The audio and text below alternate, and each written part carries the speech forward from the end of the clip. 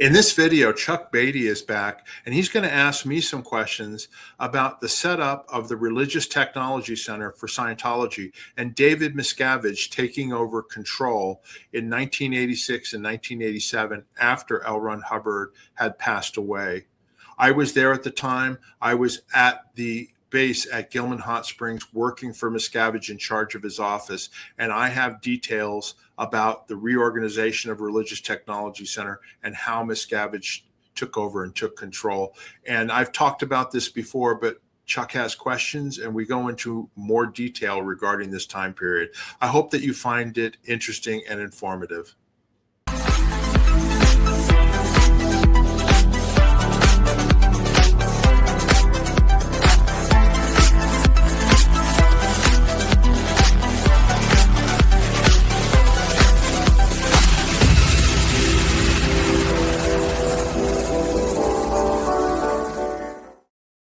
Hello, everybody. Welcome to our channel, Scientology Peeling the Onion. My name is Mark Fisher, and my co-host, Janis Grady, is not here right now because she's off tending to her new granddaughter, or grandson, actually, and granddaughter is on the way as well. So I'm not flying solo, though, because I do have a guest joining me, and we're going to do another show, and that is Chuck Beatty, who was in the Sea organization for a long time. He left in 2003 after being in, I think, for about 27 years, and spent the last 6 or 7 years on the rehabilitation project force in Scientology before he finally left in 2003.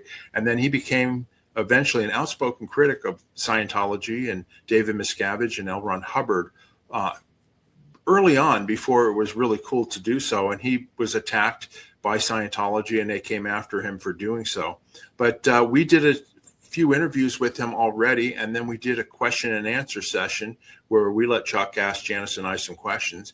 And we're going to carry that on where Chuck's going to ask me some questions, and we're going to get into it. So without further ado, let me bring on our friend, Chuck Beatty.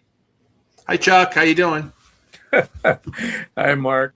Oh, I'm doing great now. Chuck, so we did the question and answers with you last time, and then you wanted to ask me more specifically to go into details about the time period after when L. Ron Hubbard died, and then thereafter where Pat Broker and Annie Broker were eventually taken out by David Miscavige, and he reorganized and came up to be the chairman of the board of Religious Technology Center in that sort of 87 to 90 period when I was there. I was there until September of 1990. Is that right?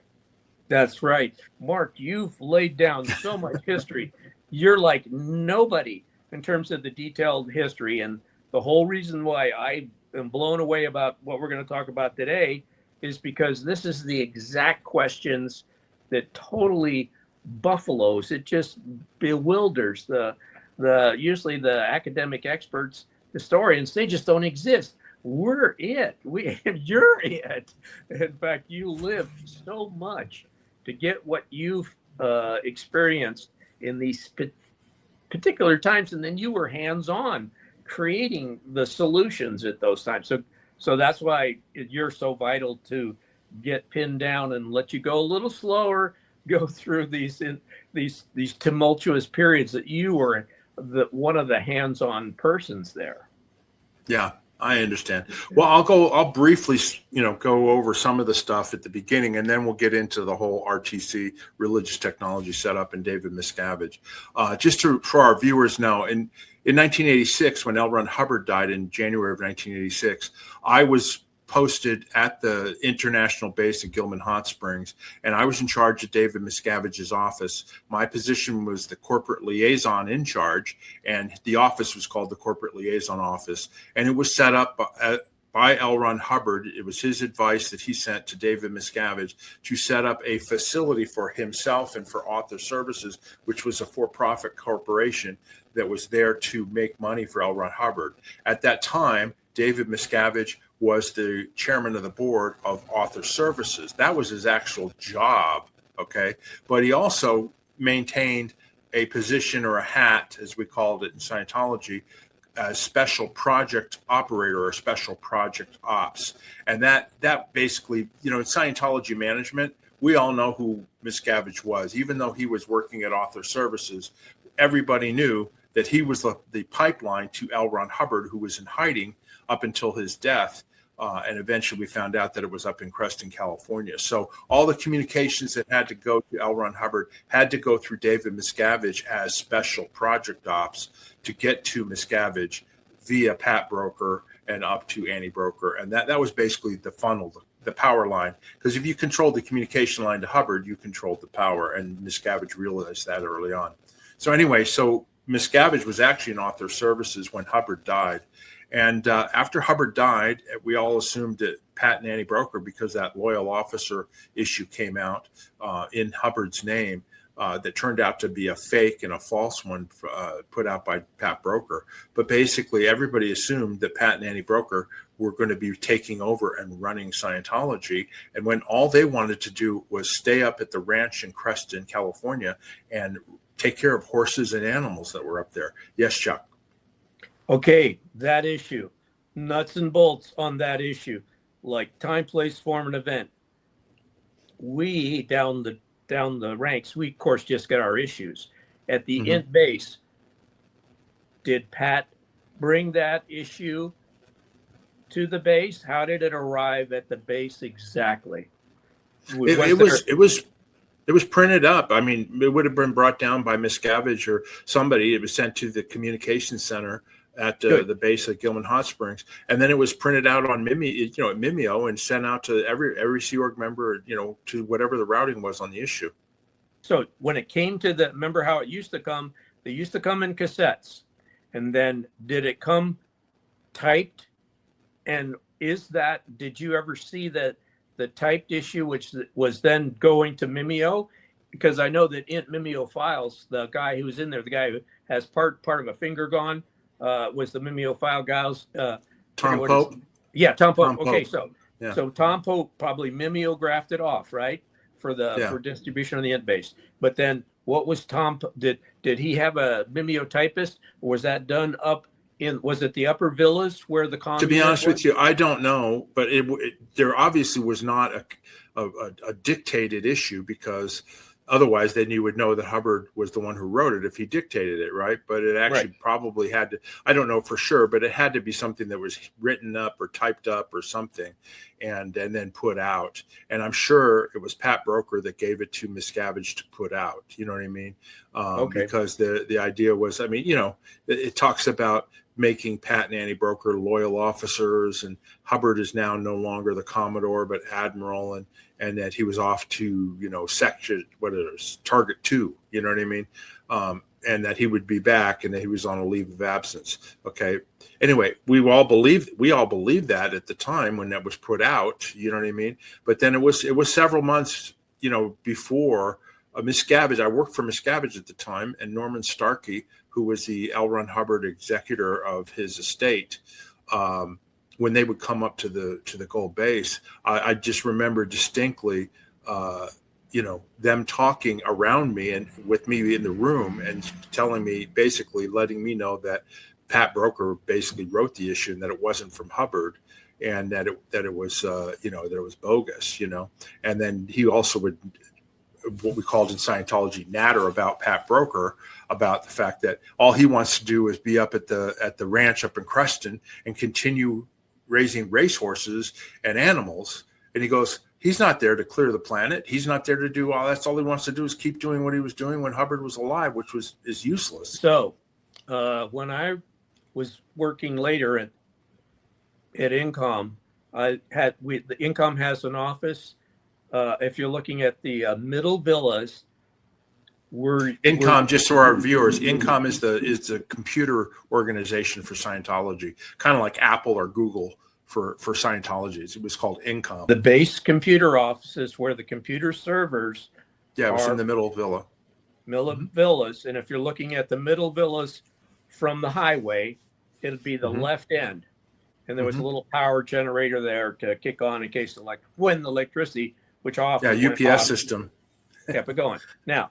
Yeah. You know that when you're looking at the Incom offices, if you're looking at them from the street, the far right wall of Incom, guess was directly on the other side of that wall? Miscavige's desk and office in the middle villas.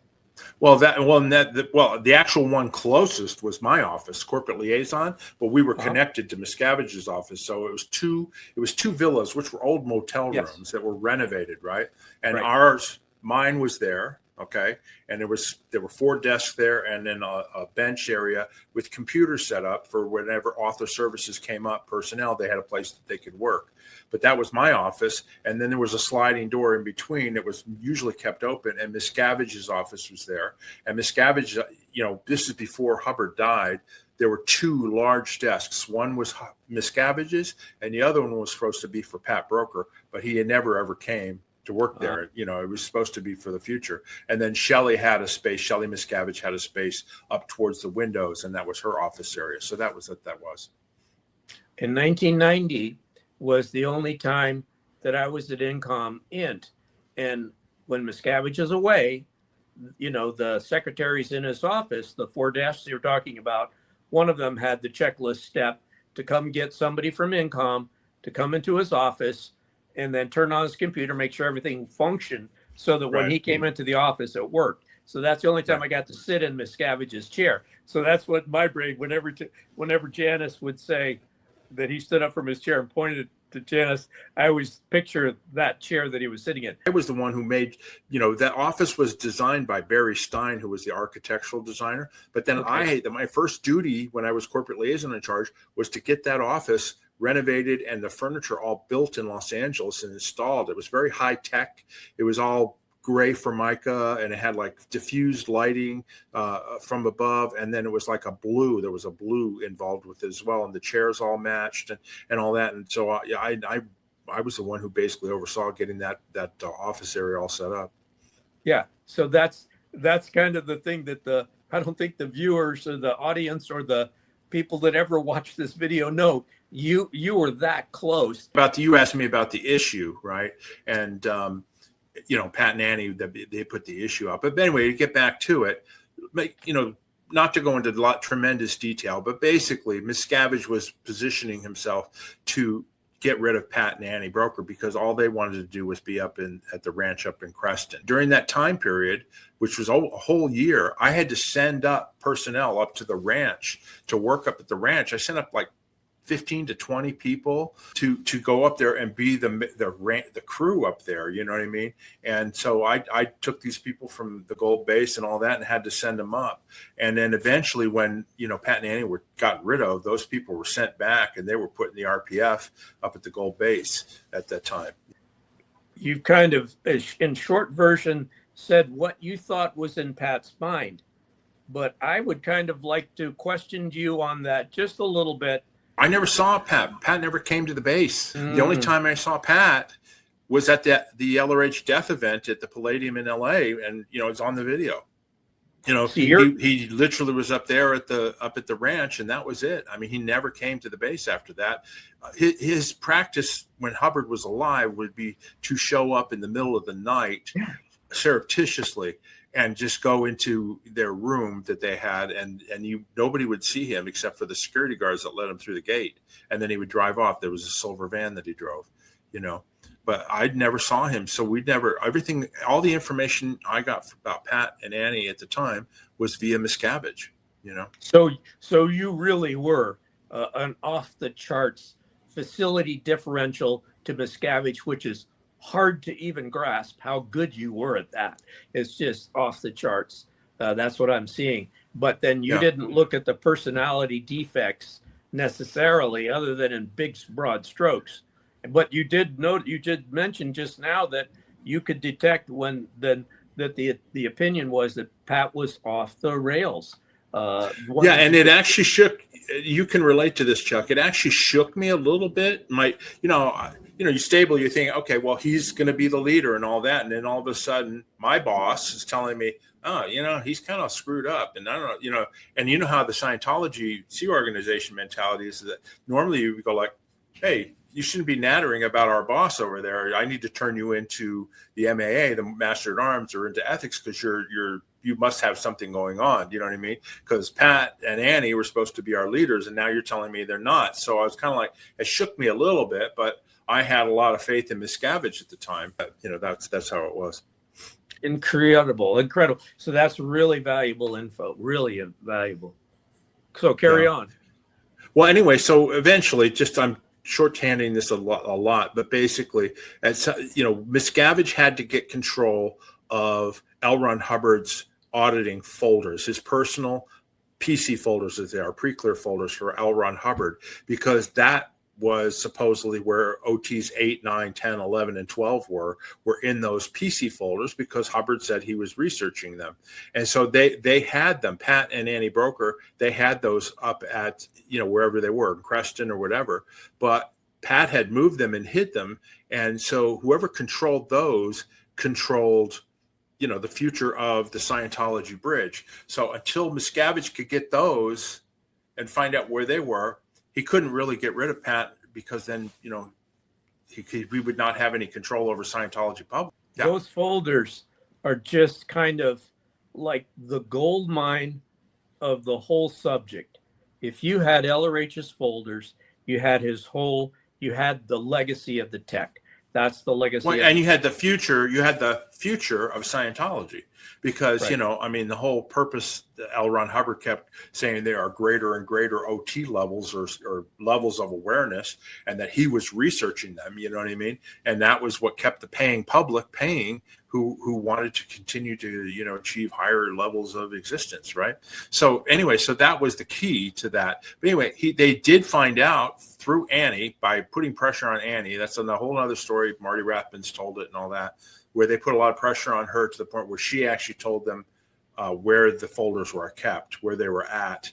And so they did this whole thing where Pat Broker and David Miscavige were going to visit with the attorneys in Washington, D.C., because they were trying to get worked out the whole income tax situation with the IRS, because so that the L. Ron Hubbard estate could be transferred to, into the place where they wanted it to go. So anyway, DM set up this whole meeting in Washington with our lawyers, or not our lawyers, with Scientology's lawyers and there. And so Pat was supposed to go with them. And as soon as they left to go to LA, he contacted Marty, who hired a bunch of private investigators, and Greg Wilhare. And then they went to this location in California, and they actually took possession of, let me finish the story. They took possession of all those filing cabinets. And I am in my room. I had my wife and I, we lived down by Massacre Camp by MCI. And I was in my room, and I was one of the only people that had an outside telephone line. This is back in the day. There was no internet. There was no cell phones. But I had an outside telephone line in my room, so that if it ever ringed, it would be Miscavige calling me. So about 2 a.m, I get a phone call, and wakes me up, and it's Miscavige. And I go, yes, sir. And he goes, hey, Mark. I said, yes, sir. He goes, listen, I need you to go up to the, at that time, it was the Middle Villa, right? And meet Marty and Norman, because they're going to be coming in with a truck, and they're going to be coming in with these large filing cabinets. And what you need to do is you need to open up the L. Ron Hubbard safe room. At that time, in the Middle Villas, right next to Miscavige's office, were two rooms. One was the one closest to Miscavige's office was the safe room for L. Ron Hubbard. It was where they kept valuables and stuff. And then the one beyond that, the one on the furthest point, that was the L. Ron Hubbard gun room. That's actually where Rick Gaznaran worked on L. Ron Hubbard's weapons, his pistols, his rifles, and that type of thing, right? But anyway, so I had the combination and the keys to get into those rooms. And so Miscavige told me, I need you to meet Marty and Norman up there. Don't tell anybody about this. Open it up for them. They're going to move these filing cabinets in there. And then I need you to close the room and change the locks and the combination. It was a combination lock. I want you to change it, and don't tell anybody what the combination is, including me. You don't tell anybody, and you just keep it to yourself. And if Pat or Annie or Vicky or anybody asks you for it, Vicky Asnaran, you don't know what it is. Yes, sir.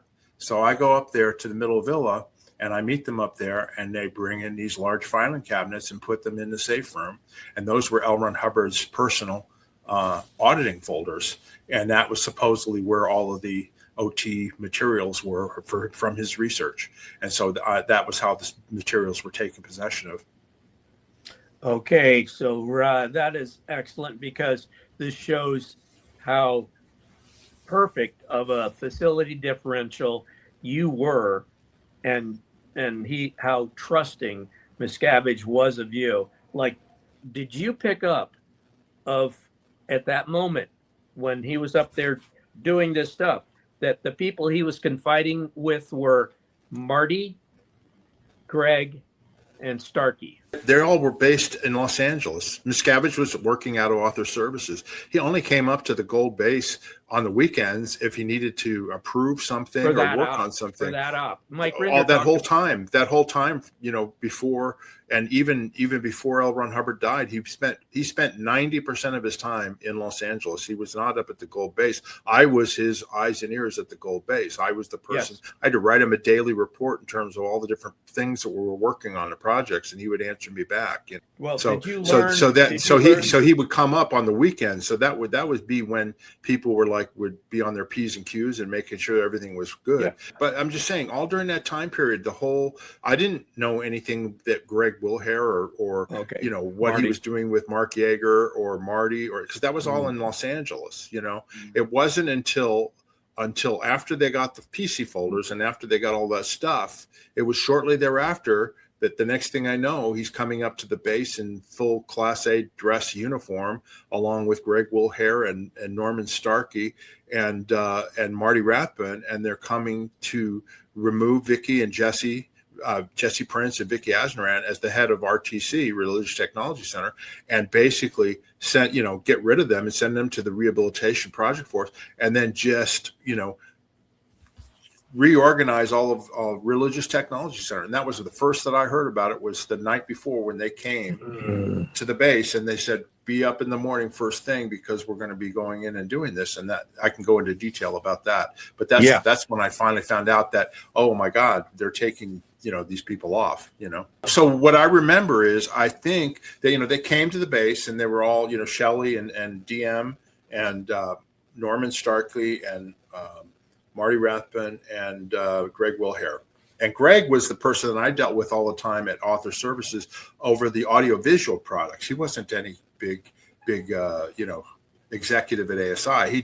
He was like a person that dealt with L. Ron Hubbard's audio products and visual products. He was not like an executive there, but all of a sudden here he is coming in. Anyway, so the next morning, we get up and then there's an order or an issue or something that is sent out to the whole base saying that Pat and Annie Broker are being removed, and Vicky and Jesse and all that, and that they're being removed and taken off their positions in RTC, and that basically Miscavige was taking over, and they were on mission, is what they said. They were on a mission, a Scientology mission, to reorganize Religious Technology Center, right? So that morning we got up early, and then they went and they woke up. At that time I think we were working on a night schedule, so we worked until midnight or 2 a.m, and then people didn't come to post until noon. Well, we had to be there at like 6 a.m, so that they went and they woke up. I think they had security go wake up Vicky and Jesse to tell them they were going to the to the RPF, and they were removed, right? And Vicky went and locked herself in her room down in she had her birthing room was down in the lower lodges, down, which eventually became the Assini area, but that's where her room was. And then Jesse was in the lower villa, and he had a room right next door to Mark Yeager's. Anyway, make a long story short, Jesse was not having it, and was so he went to his room. That he was told in DM's office. No, it took place in Vicky's office, which was on the other side of the middle villa. You know what I mean? Okay. It was on the Religious Technology Center was on the I guess the north side, you would call it, of the villas, facing Bonneview, facing the mountains. Okay. That was all Religious Technology Center. The road side was the Incom space, corporate liaison, DM's office, and then the 2 LRH spaces. That was the roadside space. So they went to Vicky's office. So I was in my office, which was on the roadside, and I didn't hear any of this until after it happened. But basically, Jesse stormed out and went into his birthing room and he had a Mini 14, which was a rifle, it's like an AR-15, and he went to go get it and took it into Vicky's office where Norman and DM and all that was. As I said, I'm not having it. You know what I mean? He's written this up in his book, expert witness and all that. So I won't relate that. But basically, he said, "I'm not going anywhere." And he said, "Who's the tough guy now?" He used MF, or you know what I mean? It was like, he just like that. And Norman goes, you wouldn't dare. And he goes, "You'll be the first one that goes down, if you come and get me." You know what I mean? And so, they basically say, "Oh, no, calm down. DM, I heard the story afterwards. No, calm down, Jesse. No, it's okay. Anyway, he left. And then eventually Marty got Jesse to calm down and come to there was a swimming pool area called the Star of California, which had the fake clipper ship and all that, to meet with David Miscavige there. And basically they got him to calm down, and they basically talked him into going to the rehabilitation project force, and that Pat and Annie were no longer there, and they were gone, and they were not going to, they're going to the RPF too, and yada, yada, yada. Anyway, I wasn't privy to any of that, but I heard this after the fact. So when discussing the whole subject of Scientology, of course, people equate it with the worst case scenario situations which have happened in other cults. Do you agree that moment, had it gone haywire and had those loaded guns fired off any bullets, that would have been the Jonestown moment in Scientology history had it occurred? I don't think so.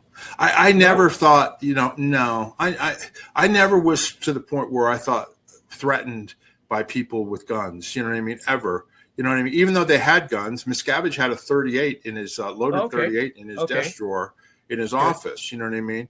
And I knew Miscavige had tons of guns. You know what I mean? I was never a gun person, but we used to have to get them for him because there was a shooting range and things like that, And so, we would take care of them. But I never felt, because, I lived through the Jonestown stuff when I was in Clearwater when it happened. And, I remember that very vividly when that happened, and we would heard about it. But, we were all kind of like, those people are crazy. That would never happen here. And like I said, I can't speak for Jesse. He covers it in his book, Expert Witness. I know. But what I can say is that it calmed down to the point where they went to the RPF. Now, Vicky and Rick Asnaran, they basically decided, no, we ain't doing that. And they basically somehow I may be losing some time on this, but basically they went into Hemet, into the town, got a motel room, and then it was negotiated with them to take their stuff, and they basically left. They left Scientology at that point in time. So then I was just to say, they managed to calm it all down. And then the RTC staff that were there, the religious technology staff that were there, it had already been worked out, I guess, who was going to be staying and who was going to be going. You know what I mean? Like, and the ones that were going to be going were going to the RPF with Jesse. And then the other staff were basically, they weren't executives of that time. They were basically support staff. They basically were, put on an ethics program. You know what that's like. They did, manual labor, and then they did ethics conditions and all that. And then eventually that was the staff that they were going to put back into RTC as part of the reorganization. The RTC staff that were up at the Gold Base were basically there to deal with international management, with WDC, Exec Strata, that type of thing. And AVC, authorization, verification, correction, that was all up there at the base up there. Approximately how many people in RTC at that moment? I'd say the ones that got kicked out. My impression was I'm thinking 25 to 30. I mean, it wasn't a lot because most of them stayed, and then we brought in some additional personnel when we did the reorganization that were taken from CMO International and that type of thing. But yeah. But anyway, so that was the takeover, and then I was told by Miscavige basically to do up the organizational chart, the org board as we called it, for the new Religious Technology Center, and work out the statistics and the valuable final products and all that sort of thing. And he gave me a broad outline in terms of how he wanted it done. He wanted it like, Scientology 7 division organizational board, but the technical side, rather than, it's in a Scientology organizational chart, Division 4 is the technical division, and that's where the Scientology training and processing is delivered. But of course, Religious Technology Center is different. It's got different products. But on that, he wanted 3 Division 4s, and he wanted it to be administration, technical, and ethics. Okay. And so basically administration was the first one, technical was the second, and then ethics was the third one. And then the way it was going to be set up was Greg Wilhare was going to be the inspector general, who was basically the commanding officer of Religious Technology Center. And then Mark Yeager, who was the commanding officer of the Commoners Messenger Org International, and he was also Watchdog Committee chairman. He was going to be pulled up to RTC, and he was going to become the inspector general for admin or administration. And then Ray Midoff, who was the senior CS International, senior case supervisor international, he was going to be pulled up and made the inspector general for technical matters. And then Marty Rathbun was going to be from Author Services. He was coming up, and he was going to be the inspector general for ethics. And ethics included MA, Masters at Arms ethics, but also included justice actions in Scientology, and also it included overseeing the Office of Special Affairs and all the legal matters. That's what that. But basically, it was Miscavige is laying out what how he basically wanted it put together, because Religious Technology Center also was responsible for the trademarks and copyrights of Scientology, and so they had to have a whole part of the ethics area under Marty that renewed licenses and trademarks and all over the world, and there's copyrights all over the world. You know what I mean? So I didn't know anything about that. So we put that in there. The Inspector General for Administration, for instance, okay, that position, that organization had a report section where Scientology, people could send reports about administrative situations to RTC to oversee, because the whole theory was that RTC was going to enforce the good use of the trademarks and copyrights of L. Ron Hubbard, and that was the hammer that they were holding over, the Church of Scientology International, that you either deliver Scientology technology, properly the way L. Ron Hubbard wrote it, or else we can pull your trademarks, pull your copyright. I mean, that was basically the theory behind the whole thing. So anyway, so administration, we had that in there, but also it was decided that the International INCOM, the computer organization, would be in that administration department, and then authorization, verification, and correction would be in that as well. Okay, so we had a reports officer. We had somebody in charge of overseeing INCOM. There was a CEO of the computerization in California, and so they had that. And then we had AVC, the authorization. That was all part of the administration, right? And then there was a fourth department that had to do with overseeing international management, the exec strata, the CMO International Watchdog Committee. Okay, so that was the administration. Who was in that one? Well, the way it was set up, the personnel for the administration thing, Frank Fioretti was in charge of the reports department. Pascal Julien was in charge of the INCOM computerization. Yeah. Okay. And then AVC, authorization, verification, correction, was Norm Newton. Yeah. And then we called it the admin inspectorate. That was the fourth department. Jenny Reitman, she was the person that was Jenny Johnston, Jenny Reitman. She was married to Greg Reitman. She was in charge of that. And then eventually, after I did the org board, I'm jumping a little ahead, is that Miscavige, after the org board was put together, he offered me, I haven't really told the story before, but he pulled me in and he said, hey, listen, you have a choice. If you want, you can stay on as my corporate liaison in charge, or if you want, you can go be the secretary or the person in charge of the administration division for RTC underneath Mark Yeager. So Mark Yeager was IG admin, and I'd be the division secretary underneath it, be a division head underneath him.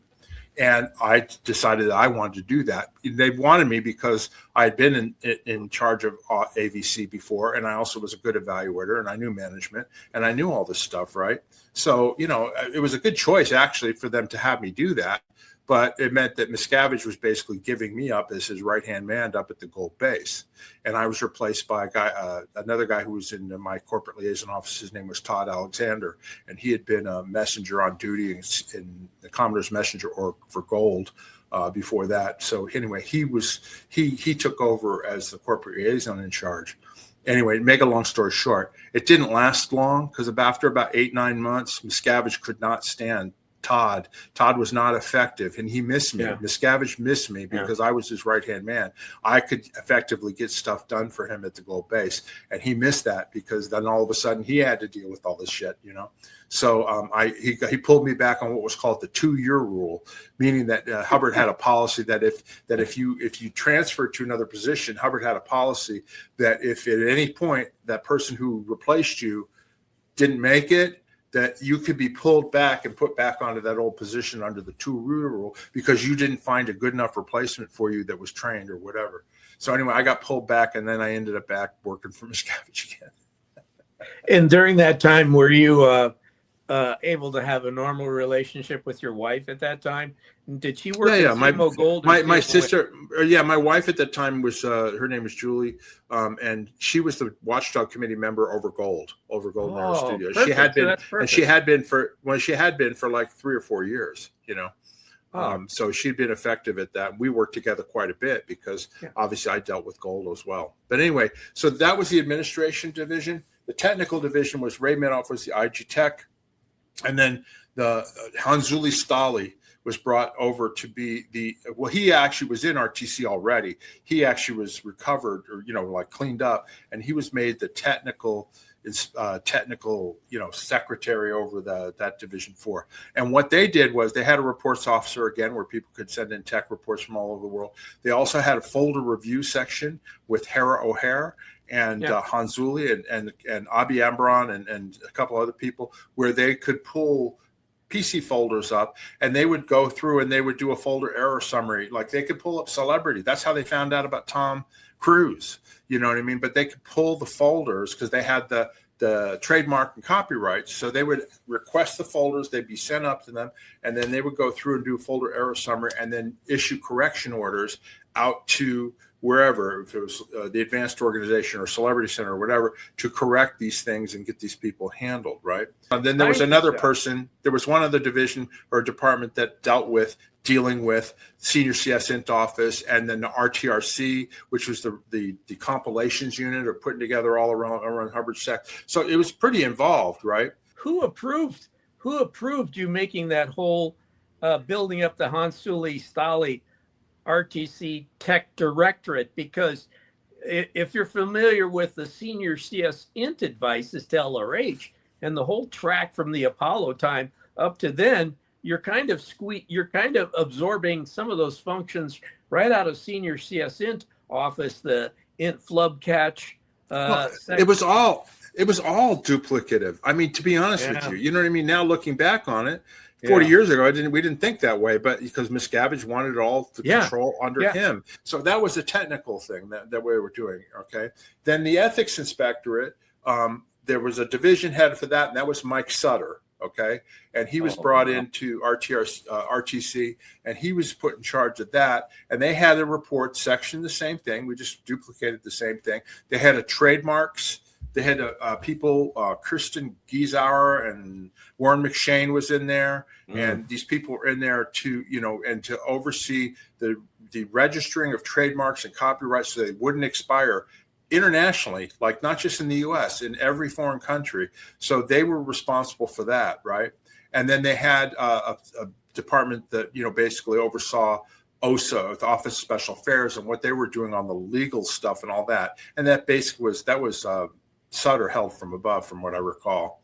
So anyway, so they had that, and then they also would review the justice actions as well. Like they could pull up a committee of evidence that was done to see if it was done properly and all that. That was the whole idea of it. It was basically a police unit over Scientology, using the trademarks and copyrights as their leverage to get them to do that.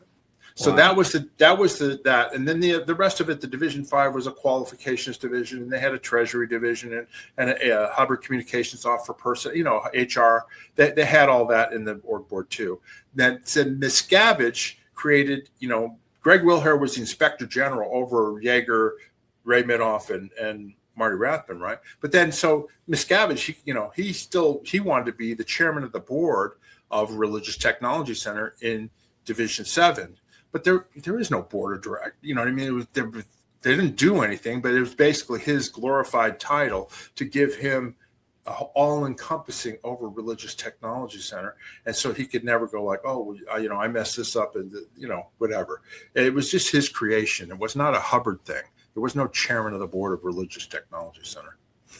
Your statement in the last interview that I asked you a question, right at the end, you just blurted out, that's the point. And you've even used the word several times, takeover. Everybody's spoken about Miscavige's takeover, but it's almost like you've just laid out the mass. He took his most powerful right hand and left hand guys, Greg and Marty, and he's already got Jaeger under his domination. He's got you as the perfect executor of anything that's going to go on in any of his facilities there at the base. I mean, this really is. Well, but then also then he had Norman Starkey, who was the executor of the L. Ron Hubbard estate. And the L. Ron Hubbard estate was basically overseeing the Church of Spiritual Technology, because that's where the money was going to go. So he basically had control over that through Norman. Dan Kobilski was the commanding officer of CST, Church of Spiritual Technology. And one of my functions I had to do when I was corporate liaison in charge was skip personnel also up to CST up there as well to help Norman on that stuff. I was really good at all this, getting the personnel and stuff. And Miscavige, he just would have me do it. Also, GM had his office, chairman of the board, and then Shelley was made COB assistant. She had to she was his secretary, but she had to be his assistant, right? And then we had the corporate liaison office in DM's department on the Division 7 org board. When I was doing the organizational board and organizational chart, it took me several days to do it because I had to basically type it all up and draw all up on paper and all that sort of stuff. Okay. During that time period, Shelley was such a pencil pusher. Okay. Such a pencil. All she did was she just would log. At the time, we had this orders logging system because computerization was new. It was only like 2 or 3 years old at the time. But one of the first programs they had in our computer system was orders logging, where they could log an order that was issued by Hubbard or Miscavige, and then you were put on what was called a time machine, where basically, she would arbitrarily assign you, Miscavige wants this done.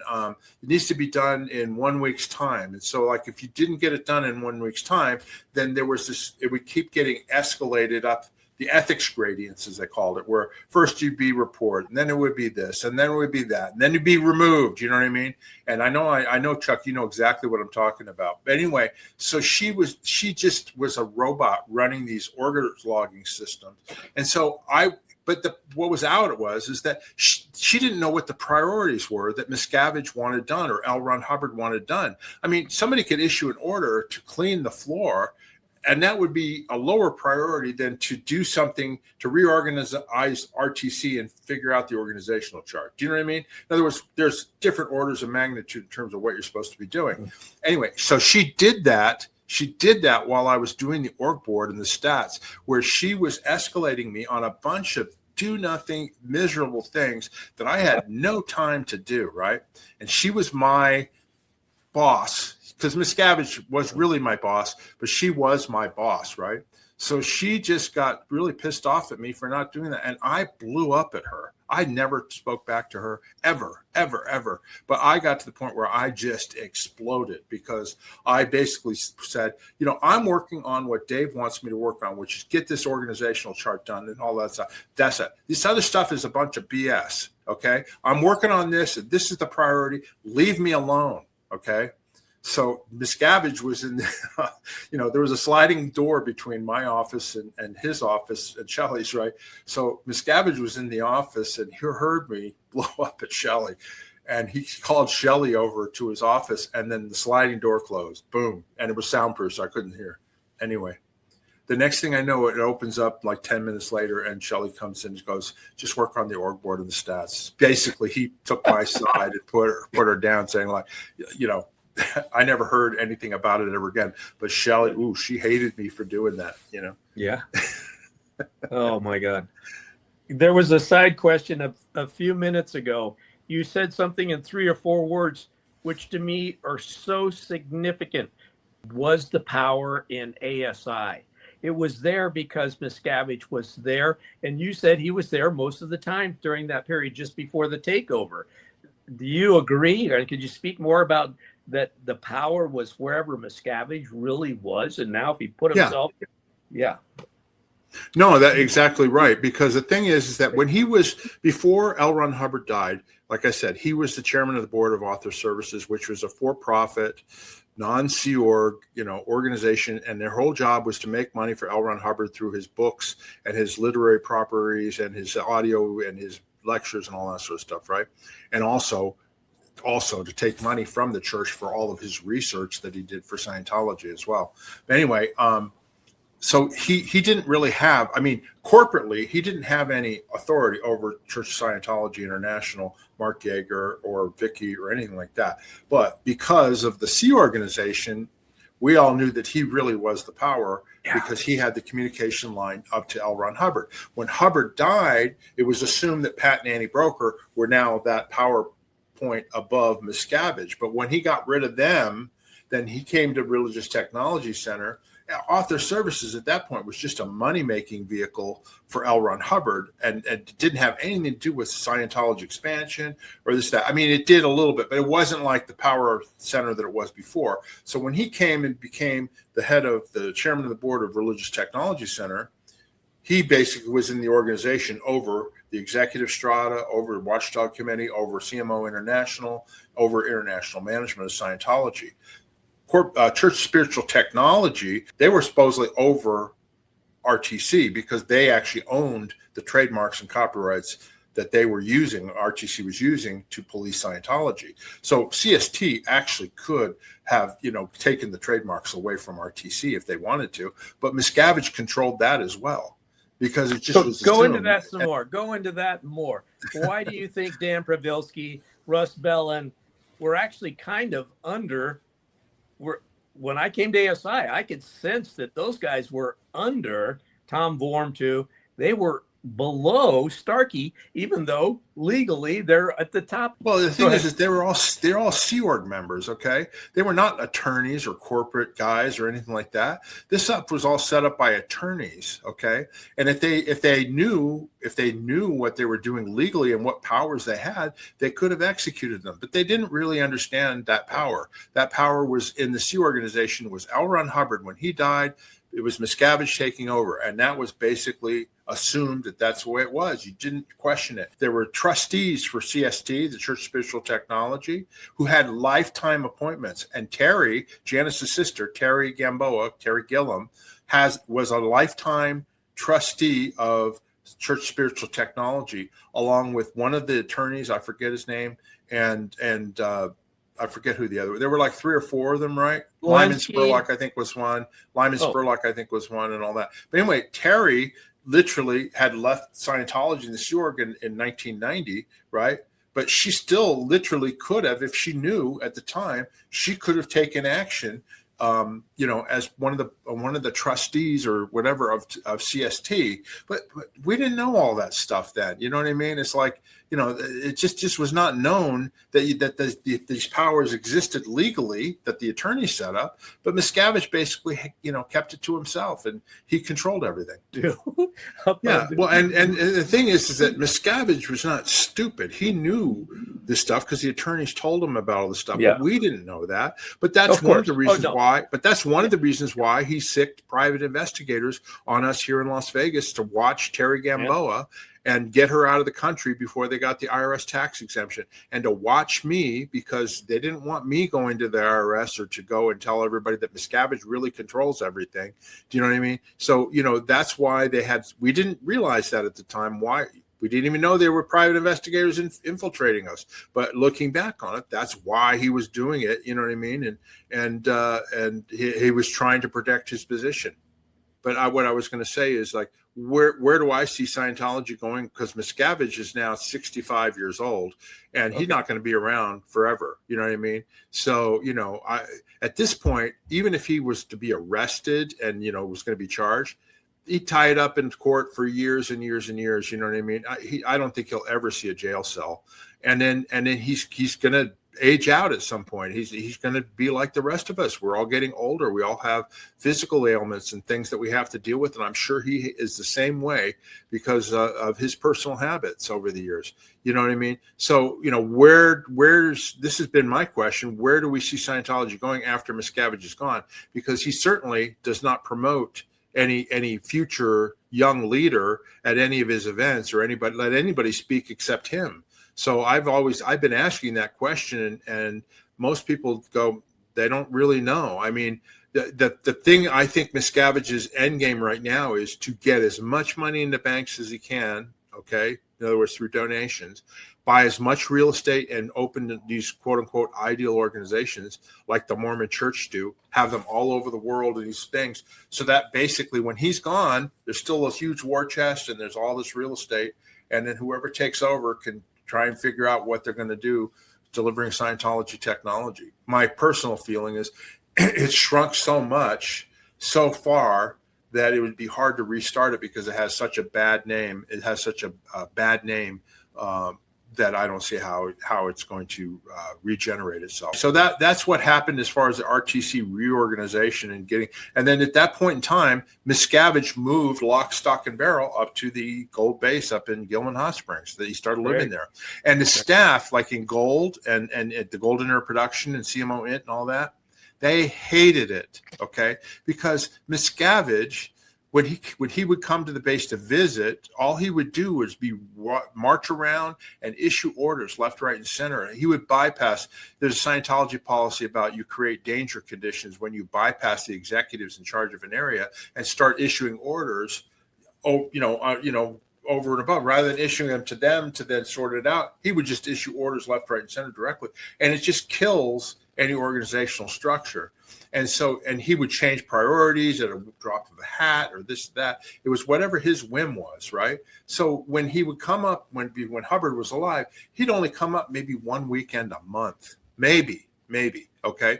The rest of the time, everybody was able to do their job. They would get liberties. They got paid. It was like, this is the way Scientology is supposed to be. But whenever he came up, boom, when he came up full time, I mean, we used to have exercise time. People would go to study time, this and that. When he came up with RTC and took over, that was all out the door because he basically was making people work around the clock, issuing orders, tearing up exec strata, WDC, didn't matter. You know what I mean? Plus that whole setup of RTC with the administration, tech, and ethics basically just did a whole duplicate function of what Scientology International was supposed to be doing. Yeah. So it was a bunch of useless double work, and it just, it wasn't needed. Anyway, that's my last thought on that. Good. Well, anyway, I hope everybody enjoyed this question and answer about Religious Technology Center and Miscavige taking over. I go into a little bit more depth than I have on other interviews. Thank you for that, Chuck. I appreciate it. Anyway, I just wanted to mention our sponsor for the show, which is Outback Naturals. And this is Janis's product here, her complete liquid multivitamins. You get all your vitamins in liquid form. It's peach flavored. You shake it up, put it in the refrigerator, keep it cold, and then you just either take 2 tablespoons or a little shot glass a day and you have all your vitamins, and it tastes great. And you don't have to take all this handful of pills in order to get your vitality or that type of thing. So as Janis likes to say, is ditch the pills, drink the power. And you can order Janis's complete liquid multivitamins. Just go down below in our description of our video. There's a link to our merchandise store where you can order it in the United States, and Janis will send it out to you. And it's really a great product. I've been taking it now for about 3 or 4 months, and I'm really enjoying it. I know you've been taking it too, right, Chuck? Yep, it tastes great. Yeah. So anyway, I'm sure Janis would appreciate it. You can go down to our merchandise store, or you can go to Vites, VITES.com, Vites.com, and you can order it there. So anyway, we want to thank Outback Natural for that. But if you haven't already, please subscribe to our channel. Rock slam that like button, hit that notification button. It helps the YouTube algorithm get the videos out to other people who might be interested in this subject, and we really appreciate the support. And then also, if you have any questions or comments, please go down below and write them in there. Chuck reads his comments, and he likes to answer them and that type of thing. So if you've got any questions about what we talked about, we can take them up in the comment section, or the next time we do a show, we can do it as well. And then finally, if you'd like to support our channel, you can buy us a coffee. There's a link in the video description. Just click on that. It's just a way for you to donate money to the channel to offset the expenses that we have in putting these shows on for everybody here. And it's just a way for you to help support the channel. We really appreciate the support that we get from people. Anyway, Chuck, that's the show for today. Is there anything else you would like to say before we end off here? No, I mean, you have so much in your brain, Mark. I don't think you realize how important your outlook and your expertise is. It's off the charts. Anyways, I just need somebody like you to draw it out of me. That's all. Yeah. I could spend 10 hours with you. Yeah. Anyway, I appreciate it. Thanks for watching, everybody. Until next time. Bye-bye. We'll see you later.